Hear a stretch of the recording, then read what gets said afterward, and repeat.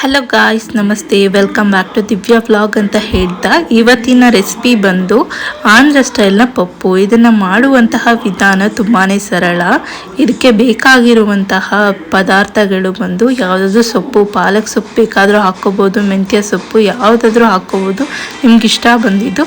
ಅದ್ರ ಜೊತೆಗೆ tomato 3 tomato, ಹಾಗೆ ಮೆಣಸಿನ್ಕಾಯಿ, ಬೆಳ್ಳುಳ್ಳಿ, ಈರುಳ್ಳಿ, ಹಾಗೆ ಒಗ್ಗರಣೆಗೆ ಬೇಕಾಗಿರುವಂತಹ ಸಾಮಗ್ರಿಗಳು. ಮೊದಲಿಗೆ ನಾವು ಈರುಳ್ಳಿನ ಸಣ್ಣಕ್ಕೆ ಕಟ್ ಮಾಡ್ಕೊಳ್ತಾ ಇದ್ದೀವಿ. ನಾನು 2 ಈರುಳ್ಳಿನ ತೊಗೊಂಡಿದ್ದೀನಿ. ನಿಮಗೆ ಇಷ್ಟ ಬಂದಷ್ಟು ನೀವು ಈರುಳ್ಳಿನ ತೊಗೊಳ್ಳಿ. ಕೆಲವರು 3 ಹಾಕ್ತಾರೆ, ಯಾಕಂತಂದರೆ ಒಗ್ಗರಣೆ ಟೇಸ್ಟ್ ತುಂಬ ಚೆನ್ನಾಗಿ ಬರುತ್ತೆ ಅಂತ ಹೇಳಿ. ಇದನ್ನು ನಾನು 2 ಮಾತ್ರ ತೊಗೊಂಡು ಕಟ್ ಮಾಡ್ಕೊಂಡಿದ್ದೀನಿ.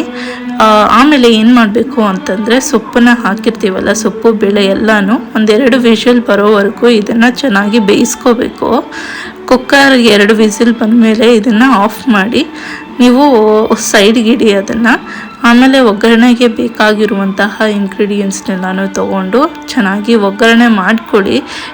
ಆಮೇಲೆ ಇದು ಚೆನ್ನಾಗಿ ಬೆಂದ ಮೇಲೆ ಲಿಡ್ನ ಓಪನ್ ಮಾಡಿ ನೋಡಿದಾಗ ಈ ರೀತಿ ಚೆನ್ನಾಗಿ ಬೇಯಬೇಕು. ಅದೆಲ್ಲನೂ 3 ವಿಸಿಲ್ ನಾವು ಬರ್ಸಿಲ್ಲ, ಯಾಕಂತಂದರೆ ತುಂಬಾ ಬೆಂದೋಗುತ್ತೆ ಅಂತ ಹೇಳಿ 2 ವಿಷಲ್ ಮಾತ್ರನೇ ಇದನ್ನು ಕೂಗಿಸ್ಕೊಂಡಿದ್ದೀನಿ.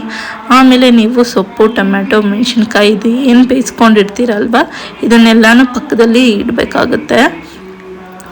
ಇದನ್ನು ಸೈಡ್ಗೆ ತೊಗೊಂಡು ನೀರನ್ನೆಲ್ಲನೂ ಬಗ್ಗಿಸಿ ಬೇಳೆ ಮಾತ್ರ ಚೆನ್ನಾಗಿ ಮಸಿಬೇಕು. ಚೆನ್ನಾಗಿ ಮಸಿದಾದ್ಮೇಲೆ ಪೂರ್ತಿ ನನ್ನಕ್ಕೂ ಮಸಿಬೇಡಿ, ಅರ್ಧಂಬರ್ಧ ಮಸಿದ್ಕೊಂಡು ಆಮೇಲೆ ಸೊಪ್ಪು, ಟೊಮೆಟೊ, ಮೆಣಸಿನ್ಕಾಯಿ ಇದನ್ನು ಚೆನ್ನಾಗಿ ಮಸಿಬೇಕು.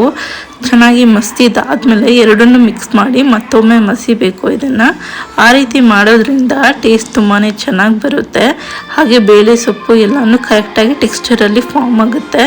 ಈಗ ರುಚಿಗೆ ತಕ್ಕಷ್ಟು ಉಪ್ಪನ್ನ ಹಾಕ್ಕೊಂಡು ಚೆನ್ನಾಗಿ ಈ ರೀತಿ ಮಸಿಬೇಕು. ಎಲ್ಲನೂ ಮಿಕ್ಸ್ ಮಾಡಿ ಈ ರೀತಿ ಮಸಿದಾದ್ಮೇಲೆ ರುಚಿಗೆ ತಕ್ಕಷ್ಟು ಉಪ್ಪನ್ನ ಅಳತೆ ಹಾಕ್ಕೊಂಡು ಈ ರೀತಿ ಬೇಳೆನೂ ಕೂಡ ಚೆನ್ನಾಗಿ ಮಸಿಬೇಕು. ಈ ರೀತಿ ಮಸಿದಾದ್ಮೇಲೆ ಅದನ್ನು ಮಿಕ್ಸಪ್ ಮಾಡಿ ಇನ್ನೊಂದು ಸತಿ ಮಸಿಬೇಕು, ಅಂದರೆ ಮಿಕ್ಸ್ ಮಾಡಬೇಕು. ಈ ರೀತಿ ಮಿಕ್ಸಪ್ ಆದಮೇಲೆ ಒಗ್ಗರಣೆಗೆ ರೆಡಿ ಮಾಡ್ಕೊಳ್ಳಿ. ಅತಿ ಹೆಚ್ಚು ಪಪ್ಪನ್ನ ಆಂಧ್ರ ಕಡೆನೇ ಯಾಕೆ ಮಾಡ್ತಾರೆ ಅಂತಂದರೆ, ಆ ಕಡೆ ಬಿಸಿಲಿನ ಟೆಂಪರೇಚರ್ ಇರೋದ್ರಿಂದ ಇದು ಬಾಡಿಗೆ ತುಂಬಾ ತಂಪು ಕೊಡುತ್ತೆ, ಹಾಗೆ ಒಳ್ಳೆಯದು ಕೂಡ.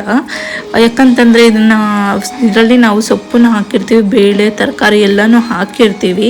ಇದನ್ನು ವಾರಕ್ಕೊಂದ್ಸತಿ ಆದರೂ ಮಾಡ್ಕೊಳ್ಳೋದ್ರಿಂದ ತುಂಬಾ ಹೆಲ್ತಿಯಾಗಿರ್ತೀವಿ. ನಾವು ಆದಷ್ಟು ನಾವು ಔಟ್ಸೈಡ್ ತಿನ್ನೋದನ್ನು ಅವಾಯ್ಡ್ ಮಾಡಿ ಮನೇಲೇ ರುಚಿಯಾಗಂತೆ ಅಡುಗೆನ ಮಾಡ್ಕೊಂಡು ತಿಂತಾಯಿದ್ರೆ ನಾವು ಆದಷ್ಟು ಹೆಲ್ದಿಯಾಗಿರ್ತೀವಿ. ಅದು ಮುಂದಿನ ಜನ್ರೇಷನಲ್ಲಿ ಪಿಜ್ಜಾ ಅಂತೆ, ಬರ್ಗರ್ ಅಂತೆ ಇದೆಲ್ಲನೂ ತಿಂದು ಬಾಡಿನ ಹಾಳು ಮಾಡ್ಕೊಳ್ಳೋದು ಬದಲು ನಾವು ಮನೇಲೇ ರುಚಿಯಾದಂತಹ ಅಡುಗೆ ಮಾಡ್ಕೊಂಡು ತಿನ್ನೋದ್ರಿಂದ ನಮ್ಮ ಬಾಡಿನೂ ತುಂಬ ಚೆನ್ನಾಗಿರುತ್ತೆ.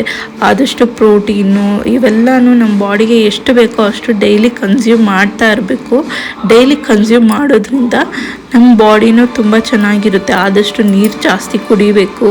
ಹಾಗೆ ಹಸಿ ತರಕಾರಿನ ಸೇವನೆ ಮಾಡಬೇಕು.